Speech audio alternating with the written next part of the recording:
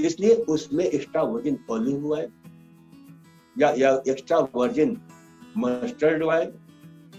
या extra virgin sunflower oil या जो extra virgin Saffola extra virgin होना चाहिए। एक्स्ट्रा वर्जिन मतलब कोल्ड कंप्रेस से बनाया हुआ, जिसको सामान्य भाषा में, गांव की भाषा में हम कोल्हू का तेल बोलते हैं, जो बहुत ही रिदम तरीके से उसका जो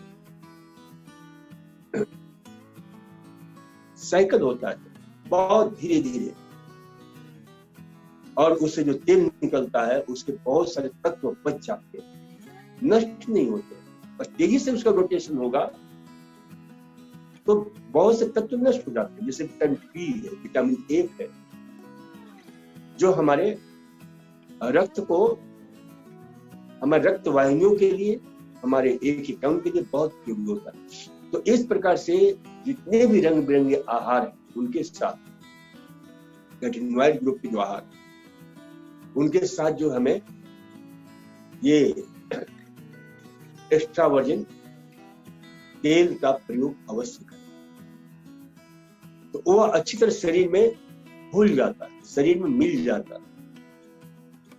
इसी प्रकार से हम करना, हमने बताया विटामिन ए युक्त आहार, घी, गाय का घी बहुत उपयोगी होता है, 1-1.5 चम्मच गाय का घी अवश्य करें। और इसके अतिरिक्त बहुत सारी चीजें हैं आपके डार्क ग्रीन लीफ वेजिटेबल्स में, पालक है, मूली का पत्ता है, सलगम के पत्ते, आपके बीट रूट का पत्ता है, इनकी सब्जी बनाकर, इनको कच्चा नहीं खाना, क्योंकि इसमें ऑक्जेलिक एसिड की मात्रा, ऑक्जेलेट की मात्रा ज्यादा होती है। और जब इसे जो हम गर्म करते हैं तो ऑक्जेलेट की मात्रा काफी कम हो जाती है, बहुत कम हो जाती है। इसलिए इन्हें सब्जी बनाकर खाना चाहिए। और यदि इन्हें डार्क ग्रीन लीफ वेजिटेबल्स वाले को, सब्जियों को यदि लोहे के बर्तन में बनाया जाए और टमाटर के साथ बनाया जाए तो उसमें आयरन का लेवल बढ़ जाता है, खास करके जिन लोगों में ऑक्सीजन की कमी हो जाती है, आयरन का अभाव हो जाता है, उसमें जो है खास करके कमी होने से हीमोग्लोबिन कम हो जाता है। और हीमोग्लोबिन एक एक अंग को ऊर्जा पहुंचाता है, ऑक्सीजन को शरीर के एक एक सेल्स को, 600 खरब कोशिकाएं हमारी है, प्रत्येक सेल्स को, हमारे दिमाग को, सबसे ज्यादा दिमाग इसका उपयोग करता है। तो इसलिए इसे ध्यान में रखना है कि भाई डार्क ग्रीन लीफ वेजिटेबल। और एक और इसमें ये हमारी सेंसरी ऑर्गन्स को भी बहुत बहुत जो है उन्हें भी ताकत देता है। जितने भी हमारे सेंसरी ऑर्गन्स हैं वे बड़े ही संवेदनशील, जैसे आंखों की रोशनी, आंखों के, क्योंकि हमारे आंख भी गड़बड़ हो जाती है ये पोस्ट कोविड के दुष्प्रभाव से। तो आंखों की रोशनी के लिए जितने डार्क ग्रीन वेजिटेबल्स हैं, जो ऐसी बीमारियां आंख की जिसके विषय में कहा जाता है कि ठीक नहीं होता, और हमने प्रयोग करके देखा है, जैसे रेटिनल पिगमेंटोसा है, मैकुलर डिजीनेशन है, ग्लूकोमा है, इन सब में विशेष रूप से पत्ते वाली सब्जियों का रस टमाटर के साथ हम लेते हैं। इसलिए टमाटर में बोल रहा हूं कि उसमें जो आयरन, कैल्शियम है, टमाटर के साथ मिलाते हैं क्योंकि टमाटर में विटामिन सी होता है और उसमें लाइकोपिन भी है, ल्यूटिन भी है, तो शरीर उसका बहुत अच्छी तरह से उपयोग करता है। और पालक और टमाटर में जो विशेष रूप से ल्यूटिन है और जियांथिन है, यह हमारे सेंट्रल विजन को, यानी आंख की रोशनी को बरकरार रखने में बहुत उपयोगी होता है। जिन बच्चों को, जिन माताओं को, जिन लोगों को कोविड के कारण या किसी भी कारणवश देखने में प्रॉब्लम आ रही है, समस्या आ रही है, तो उन्हें पालक की सब्जी का प्रयोग अवश्य करें, क्योंकि पालक की सब्जी आपके लिए बहुत उपयोगी हो जाता है। जब क्योंकि इसमें सर्वाधिक एक अमेरिका की संस्था है नेशनल इंस्टीट्यूट ऑफ आइट, उन वैज्ञानिकों ने खोज किया है वही इसमें जो ल्यूटिन और जियांथिन जो हमारे आंखों के ठीक पीछे एक पीले रंग की बिंदु जैसे बहुत छोटा सा, जिसको फोबिया के पास मैकुला बोलते हैं, तो उसकी ताकत, क्योंकि उसी से हमारा सेंट्रल विजन, और ये वहां जमा होकर के, क्योंकि ये उसके लिए प्राण है, जियांथिन और ल्यूटिन, इसलिए ल्यूटिन ल्यूटिया जो आंख का जो अंग है, दोनों में समानता है, तो ये जमा होकर हमारे सेंट्रल विजन को बहुत ही शानदार ढंग से, पेरिफेरल विजन को, इन सबको जो है यानी सही आंख की रोशनी को बरकरार रखने में इसका बहुत बड़ा उपयोग। तो पालक की सब्जी, डार्क ग्रीन लीफ वेजिटेबल्स, पालक है, मैंने बताया, लेटुस है, आपके जो है ऑन्चो है, आपके जो है सलगम का पत्ता है, बहुत है, मूली के पत्ते में बहुत ही जबरदस्त पाया जाता है। तो इन सब का उपयोग हम करते हैं, तो आंख की रोशनी नहीं, बल्कि कोविड से उत्पन्न हमारे सेंसरी ऑर्गन्स की जो क्षमता कमजोर हो गई,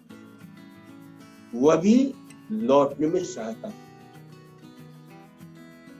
इसके अतिरिक्त हमें ध्यान में रखना है कि विटामिन ए के अतिरिक्त विटामिन बी, खास करके विटामिन B6 और B9, ये बहुत ही महत्वपूर्ण है। तो इनका जो है प्रयोग हमें अवश्य करना चाहिए। विटामिन B6 के 5 उसके महत्वपूर्ण पायरिडॉक्सिन बोलते हैं उसको, तो ये जो है B9 जिसको फोलेट बोलते हैं, ये दोनों ही हमारे इम्यूनोलॉजिकल प्रोसेस को शक्तिशाली बनाने। थायमिन है, B3, तो ये जो है ना, और B1, इन सब का बहुत बड़ा महत्व है हमारे रोग से लड़ने, और ये हमें आराम से मिल जाता है। आपके जितने भी अंकुरित अनाज, स्प्राउटेड अनाज को स्प्राउट करके उसके व्यंजन बनाकर प्रयोग कर सकते हैं, तो ये तो विटामिन बी का खजाना बन जाता है। विटामिन बी कैप्सूल विशेष रूप से मैं कहता हूँ, मूंग है, मोठ है, मसूर है, मूंगफली है, मटर है, 6 मकान, मूंग, मोठ, मसूर, मूंगफली, मटर और मेथी, इसे अंकुरित करके खाना, तो इससे विटामिन बी कॉम्प्लेक्स तो मिलता ही है। जैसे मेथी में कॉर्टिकोस्टेरॉइड जो anti inflammatory, natural anti inflammatory drugs है, वो हमें पर्याप्त मात्रा में मिलता है। तो इन सब का प्रयोग हमें करना चाहिए।